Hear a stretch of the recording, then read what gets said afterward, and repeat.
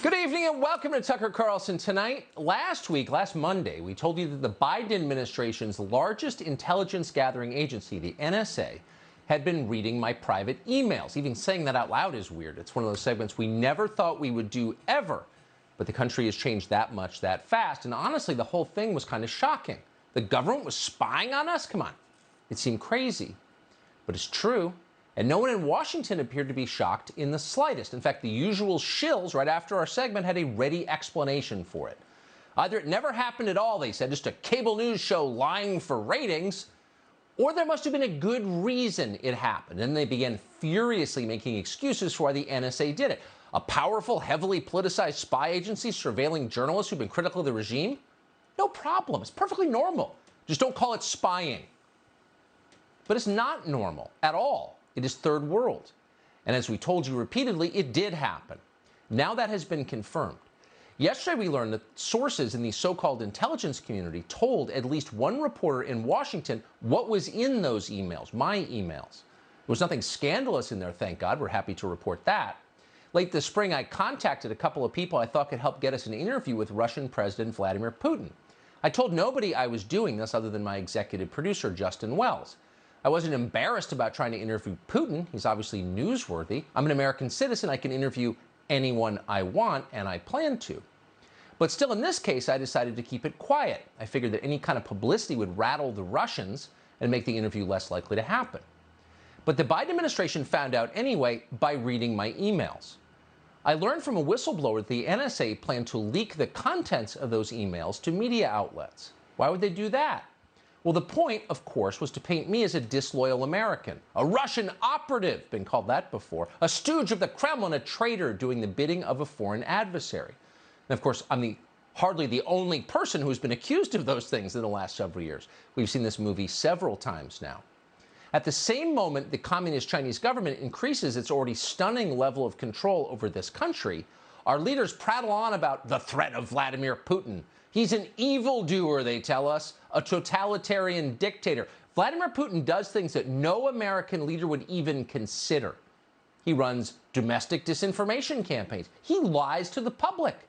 He punishes people for opposing him or for believing the wrong things. He even uses intelligence agencies to spy on his own citizens. Beyond the pale stuff. So no decent American would interview Vladimir Putin, at least no reporter from Fox News. That was the point they wanted to make. That's why they planned to leak the contents of my emails to news organizations. And yesterday, as noted, we learned they actually did it. Even now, some in the media are claiming that we deserve this. Emailing with people who know Putin, are you? Of course the NSA is watching you. That's what you get. But that's hardly the point. By law, the NSA is required to keep secret the identities of American citizens who've been caught up in its vast domestic spying operations. So by law, I should have been identified internally merely as a U.S. journalist or American journalist. That's the law. But that's not how I was identified. I was identified by name. I was unmasked. People in the building learned who I was. And then my name and the contents of my emails left that building at the NSA and wound up with a news organization in Washington. That is illegal. In fact, it is precisely what this law was designed to prevent in the first place. We cannot have intelligence agencies used as instruments of political control. Both parties used to agree on that. Democrats were especially adamant on the point, but not anymore. So that's exactly what is happening here. We need to find out how this happened. Who did it? Who allowed it? Paul Nakasone would know the answer. Paul Nakasone is the highly political director of the NSA. Paul Nakasone would have been required personally to approve my unmasking. That's how it works. Paul Nakasone should explain who asked for that unmasking, and he should do it immediately. Avril Haines would also likely know the answer. Haines is the even more political director of national intelligence. She oversees all of it. She may have approved the unmasking as well. She would certainly know who asked for it and who approved it. That's her job to know. She should release that information immediately, tonight. And if Avril Haines does not release that information, she should be forced to release that information. We don't have a lot of power. We're just a TV show, but we're going to keep pushing for that because it matters, not just to us, but to the entire country. You can't have a democracy in a place where unaccountable spy agencies keep people in line by leaking the contents of their emails, discrediting them. with their own emails, which they thought were private. You can't, it doesn't work if you allow that. And we suspect congressional Republicans will also demand an answer. Many have finally awakened to the fact that the intelligence agencies, which they have blindly supported for so long, are not, in fact, their friends. They're not the friends of anyone in this country. They're dangerous. That's obvious. In the meantime, we're happy to have one of the very few people in American journalism who understood exactly what was going on long before most of us did and wrote about it extensively. He is Glenn Greenwald, who writes on Substack, and he's a frequent guest on the show. We're honored to say. Glenn, thanks so much for coming on. So I think there are a couple of levels here. I have learned in the last week that in Washington, the fact that the federal government is reading your emails is no big deal, and you're like a nutcase for even noting it or being bothered by it. There's no expectation of privacy whatsoever. But I think, and you would know, but the federal law is pretty clear on this, if NSA captures information sent privately by an American citizen, they have to keep that citizen's identity secret unless they go through a process to, quote, unmask it. So it seems very clear to me that they did exactly what they're not allowed to do. Yeah, I think there's two important components. One is the first one that you just referenced, which is that if they were doing this perfectly legally, meaning they intercepted your email communications with legal authority because you were talking either to the Russian government, which they obviously are allowed to spy on, or to a target in the United States who you were using as an intermediary, and they learned that way that you were communicating with the Russians about the possibility of an interview with Putin, they have the legal obligation to conceal your identity and make sure that nobody knows that you were the one that was speaking to the Russians. The intelligence that they care about is that the Russians were doing something, not with whom they were speaking. So clearly, there was either a failure to hide your identity as required by law, which is illegal, or an attempt to unmask it after it was minimized, which also would be a crime, given that there's no national security justification for doing it. You know, there's something much more serious, Tucker, which is when the NSA spies on American citizens speaking to foreign nationals or foreign officials, even when it's legal, that's a very grave power. So there are real limits on what they can do with that. It is one of the gravest crimes in the U.S. Code for the NSA to leak the contents of communications that it intercepts between a foreign official and an American citizen. And I think one of the things that got overlooked is that in 2017, when General Flynn, who was in the crosshairs of the entire deep state under Obama, was speaking with Ambassador Kislyak, they leaked the contents of that communication, intercepted communications between a Russian official and the incoming national security advisor to the Washington Post. It was as grave of a crime as it gets under the U.S. Code. To this day, not only don't we know who did the leaking, no one cares because they hate General Flynn. He's not their ideology, and therefore they think it's justified. That's the reaction here. Oh, it's Tucker Carlson. He's a conservative. We don't like him, and so we don't even care if the NSA was doing this, but it is illegal to do either of those two things. Well, and Flynn, I mean, and it's not an attack on Flynn or anything, but like so many people, he was under attack and he went on the defensive and then he remained silent. And he didn't articulate his own case, and maybe his lawyers told him not to or something. But if you were persistent in demanding, look, as an American citizen, you may not like my politics, but you're not allowed to violate my rights and break the law. I mean, I wonder if you could force them to admit what happened, and then you could force some accountability. I mean, no one in these agencies, Brennan, Clapper, they lied under oath before Congress. We played the tape 1,000 times. Nobody cares. Nobody does anything. Could you actually force the system to hold these unaccountable leaders accountable for once? The problem is there are so many doctrines that this security state has existed since the end of World War II. They've been operating in secret and with no democratic accountability for 8 or 9 decades now. Dwight Eisenhower, when he left office, warned the country about the dangers that they pose. So many times when people have gone to sue the NSA for illegally spying on them, they have doctrines that they use. They'll say, it's too secret. We can't have courts looking into what we did because that will jeopardize national security, and then courts dismiss the lawsuit.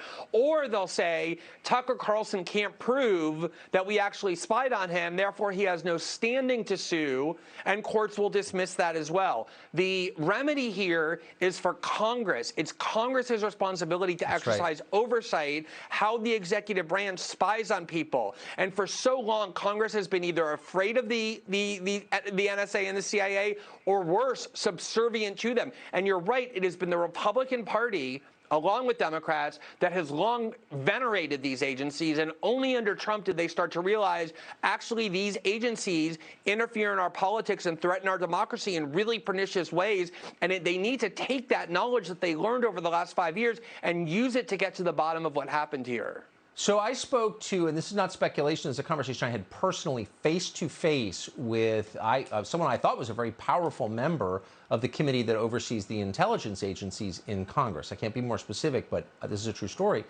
2 years ago, told me to my face that his communications were being monitored by the intel agencies, the ones that he was supposed to be overseeing, and that he didn't dare text me because he knew they were reading his texts. And I thought to myself, this system is completely dysfunctional. If the person who's supposed to be holding them accountable is afraid of them, then who's in charge here? It sounds like they are. We learned, this is one of the big scandals of the Obama administration, that when the Senate Intelligence Committee was investigating the CIA and their role in the interrogation program at Guantanamo and elsewhere, John Brennan, CIA, spied on the leader of that Senate investigation, which was Dianne Feinstein. The CIA was spying on the Senate as the Senate was investigating the CIA. The most significant exchange, I think I've talked about this on your show before, was 3 days before Trump was inaugurated. Chuck Schumer went on the Rachel Maddow show, and Rachel Maddow was very upset that Trump was insulting the CIA because she loves the CIA. And Chuck Schumer said the thing you're not supposed to say aloud, which is, Trump is being stupid because everyone knows that if you challenge the intelligence community, they have 6 different ways to Sunday to get back at you. And that's exactly what they proceeded to do over the next 4 years, was undermine his administration. People in Washington are petrified of the security state, and that's why they exist with no democratic accountability. Well, we have to push back. And by the way, if they find a meth lab in my basement, it's not real, just so you know. Just kidding, sort of. Glenn Greenwald, I'm sure you've been worried about that for years. Great to see you tonight. Thank you. So there's been something missing from this show. You probably noticed it. We've noticed it every week. That element is Mark Stein. He's been gone. We have no idea where he's been. He's missed a lot of big stories. He's been brooding on them, and he will tell us what he thinks when we see him in about everywhere we've gone in the past several months. Grocery store, airport, SoulCycle studio. Just kidding. But basically everywhere in public, people come up and they say one thing. Where is Mark Stein? Your show's great and everything, but Mark Stein. We long for Mark Stein. And honestly, we've had the same question. Where is Mark Stein? Not really clear. But the good news is he's back. Dare we ask him where he's been? Mark Stein, it is so nice to see you again. And I'm not, because I really believe in propriety and privacy, I'm not going to ask you where you've been these last few months, but I have to ask, have you been following the news?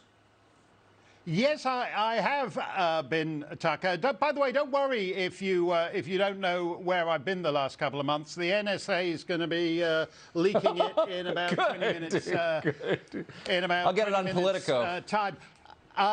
One of the things I missed, which I would like to comment on, is this NSA story. You know, when it came out, I was like thousands of miles away, and I wasn't really paying too much attention to it. And I didn't pay attention to it until the NSA released that statement, which all the court eunuchs of the American media... Do you remember this statement? It was only a week ago. It's been, I think, superseded by events, as they say. But what struck me was that all the court eunuchs of the American media actually reported it as what it wasn't, which was a denial. I'll read a headline here from...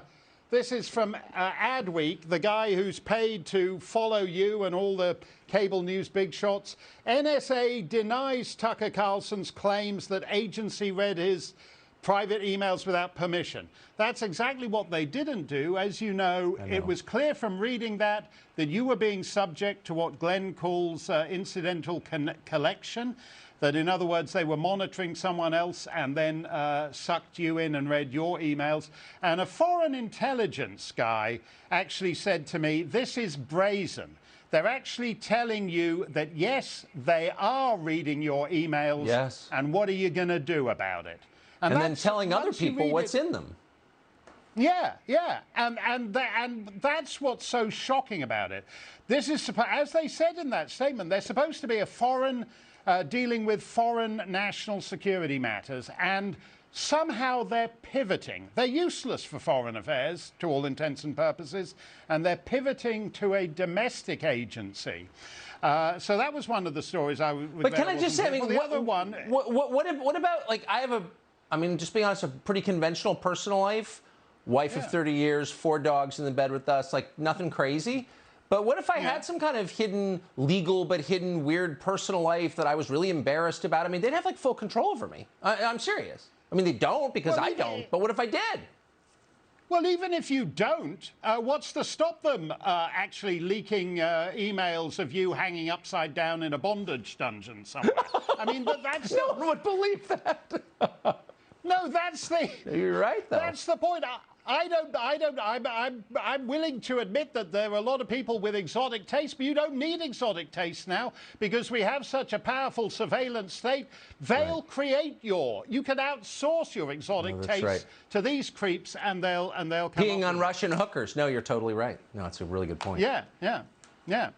Exactly. That's what they did to a famous president who was renowned as a germaphobe, and yet they outsourced to MI6 a fetish wholly concocted for him by foreign intelligence agents. And they'll do it to you, and they'll do it to me, and they'll do it to Shannon Bream. They'll do it to whoever's necessary. I will not believe that, no matter what they say. But I interrupted you. Sorry. What was the second story you missed? Oh, well, the other thing is this woke military. I mean, I can't believe that statement from General Thoroughly Modern Milley, where he was talking about how he's trying to understand white rage, even as the Taliban can't even wait for the Americans to leave to take over the country. You know, all the Taliban had to agree to say, well, oh, look, OK, if you leave on Wednesday, we'll wait till Friday to take over the country. They haven't even waited. For that. I found that as the whole American way of war, if we're going to keep funding the Pentagon, needs top-to-toe overhaul. And the final story was the way the so-called conspiracy theory on the origins of COVID now turns out to be all but certifiable fact, and the whole wet market thing. I do like this woman, this picture of the woman with a bat on the head, by the way, which I think comes from our chums at Sky News Down Under. That looks like that's your state-of-the-art safety protocols right there, Tucker. So I think the gap between conspiracy theory and conventional wisdom now is about, what is it, 6 months? Something like that. I just got to ask, super quick, but you're writing for newspapers. You've been in the news business a long time. Has there ever been a time to be in the news business like this? No, because that's why the performance of the American media is so dispiriting. Because this would be a fantastic time to make your name at NBC or the Washington Post or the New York Times.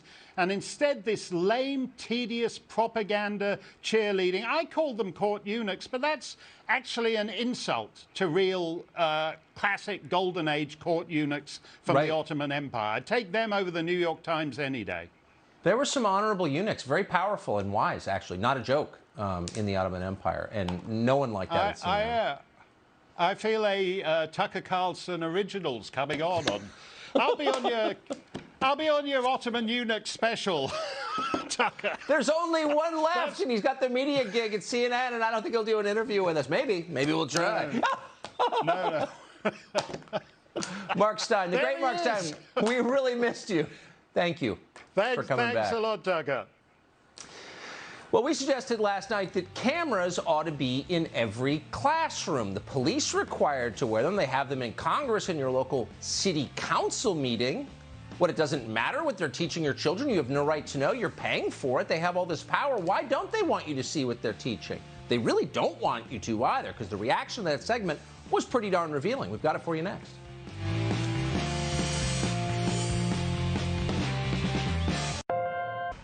And that was 16 years ago. Their efforts have become much more aggressive, and law enforcement, of course, has been all but neutered in lots of parts of the country. It's a fascinating documentary. It's called Surviving Disorder. It's on foxnation.com right now. Well, we made a pretty obvious suggestion on the show last night. Why don't we have civilian review boards for our schools. It's not like schools aren't important. They're maybe the most important thing we pay for. In a lot of places, they're the main thing we pay for. They're the biggest budget item in most towns, schools. We're educating our children to become adults and run the country that they're inheriting. So why don't we know what's happening in the classrooms? Why don't we have cameras in every classroom? Again, it's obvious. We have cameras monitoring Congress, city council meetings. Our police officers are required to wear cameras. What's the argument against that? So why shouldn't we have cameras in the classroom? And now more than ever, it used to be we just trusted what they were teaching our kids. Now we know a lot of them are demented and they're teaching poison. The biggest teachers union in the country just came out in support of racist struggle session in kindergarten. Meanwhile, the video we do have is not reassuring at all. Over the past year, you've seen all kinds of cell phone footage with teachers saying shocking things, berating vaccinated students, for example, for not wearing their obedience masks. Watch. I don't care if you're vaccinated, you little dink. Okay. I don't want to get sick and die. Okay. There's other people you can infect just because you're vaccinated. You know what? You're not a special person around here. You should hear about how everybody talks about you. I You're know how a people jerk. talk to me. I don't care how people You're talk a about me. jerk. Yeah, that's totally normal. So why don't we know what's going on in classrooms? Well, again, last night we suggested, what's the answer? Why shouldn't we? And not surprising, a lot of people were very offended by this. You don't have a right to know. Shut up and send your kids. Don't ask questions about what they're learning, about what kind of people they're becoming. Matt Walsh hosts the Matt Walsh Show. He's one of the wise ones. We want to ask his view of this. Matt Walsh, thanks so much for coming on tonight. This is one of these things that someone suggested to me in conversation yesterday morning. I wish I'd thought of it myself. Maybe people have been talking about it. I didn't know. The second I heard it, I thought, well, that's the most obvious thing I've ever heard. Why don't we do that? Why don't we do that, I guess? Let me ask you that question. Yeah, well, I mean, first of all, I have to admit that the reform I would prefer for the public school system is to just destroy it, reform it with a wrecking ball. I don't think it should exist at all. But if it's going to exist, then it makes total sense that obviously we should want to know what our kids are being taught when they're in these government buildings. Maybe I think there are a lot of parents who don't want to confront or acknowledge what exactly they're doing when they send their kid to public school. You're sending them to a government building for 7 hours a day, 5 days a week, 9 months a year for 12 years. That's what's happening. You should want to know what is going on, what's going on inside that building when they're there all that time. Now, I think there's the real reason why the left doesn't want this, and then there's the reason that they give us, which of course oftentimes are two different things. The reason they give us is that it's a privacy concern, or it's even a free speech concern. But first of all, teachers as government employees, in their capacity as government employees working with kids, they shouldn't get privacy or free speech any more than I want, a bank teller. If I'm making a deposit of a lot of cash, I don't want them to turn the cameras off and go into a back room and say, oh, I need some privacy while I do this. No, we don't want privacy in your capacity handling money. You send your dog to a dog boarder. They've got webcams now so you can check in anytime. So why wouldn't we want that kind of oversight with kids? And I think the real reason, aside from the reason that they give us, the real reason is that they don't want us to know what goes on inside that building. Well, but and they don't think, as you said, we have a right to know. I mean, look, let's be totally blunt here.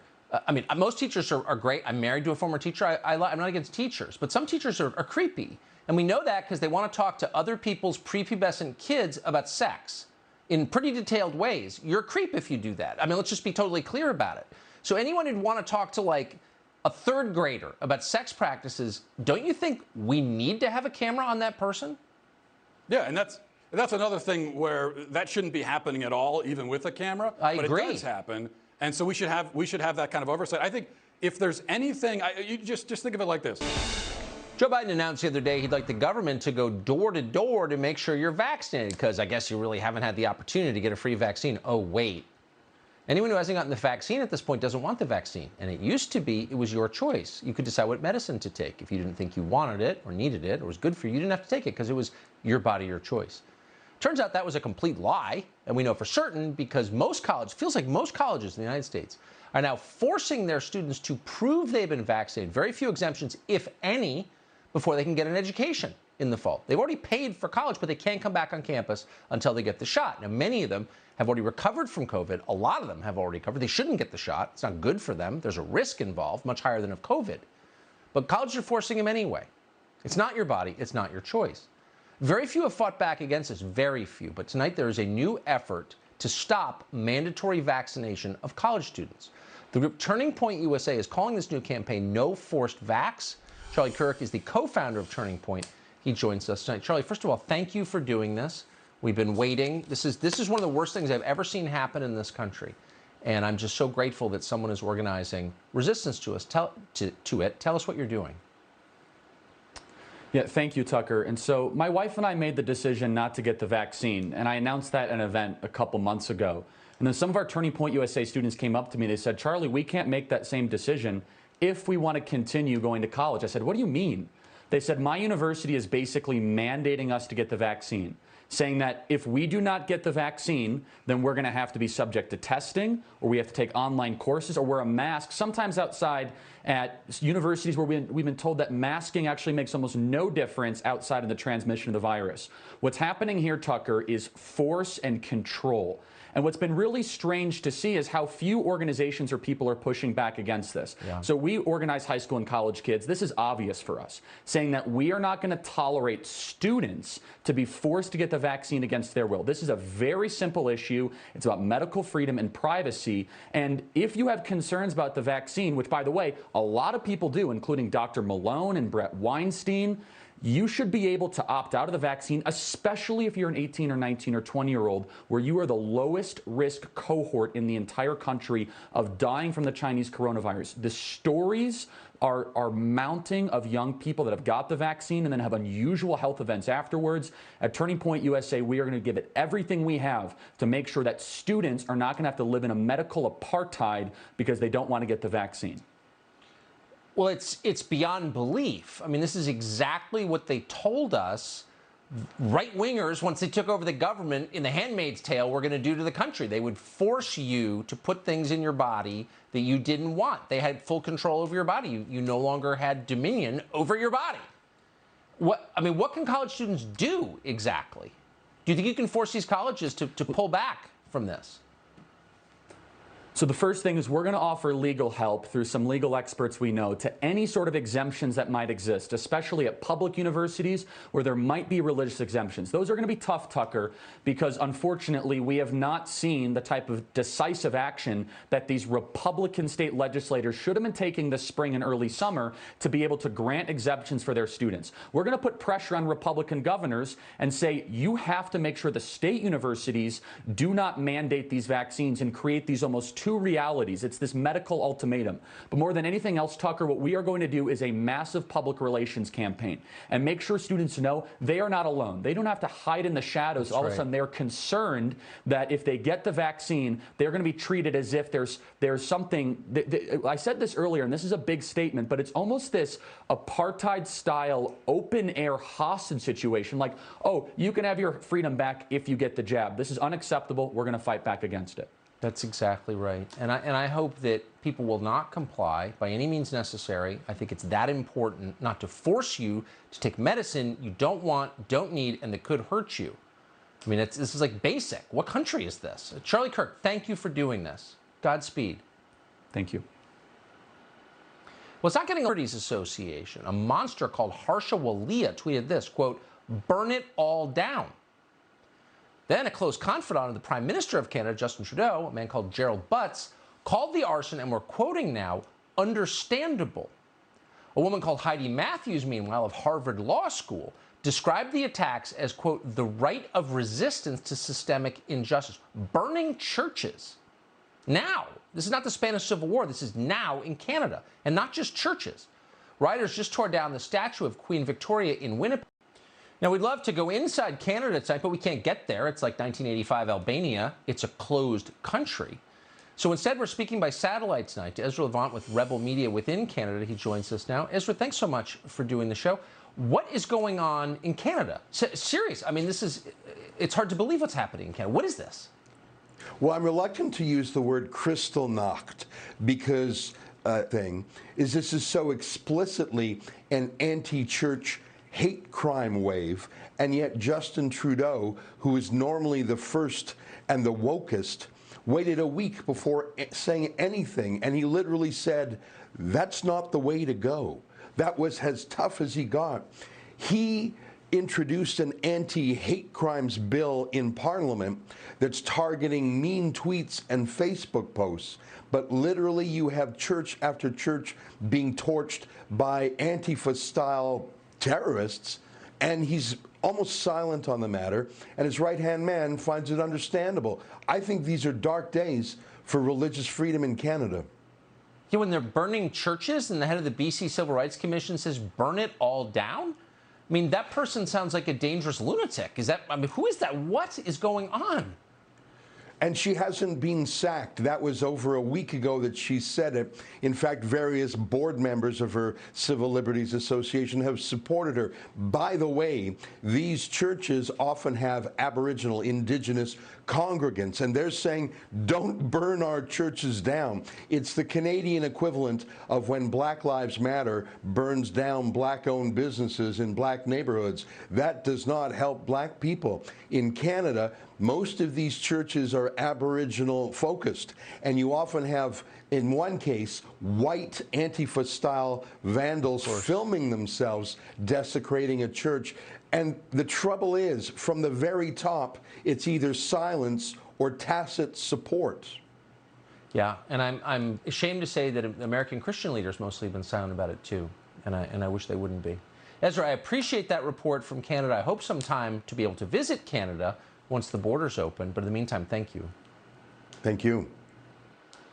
So Donald Trump, former president of the United States, is still banned on pretty much every social media platform, but he's just taken a step to fight back against that censorship, which is pretty unbelievable. You don't have to have voted for Trump to think, what? We'll tell you what exactly he's doing next.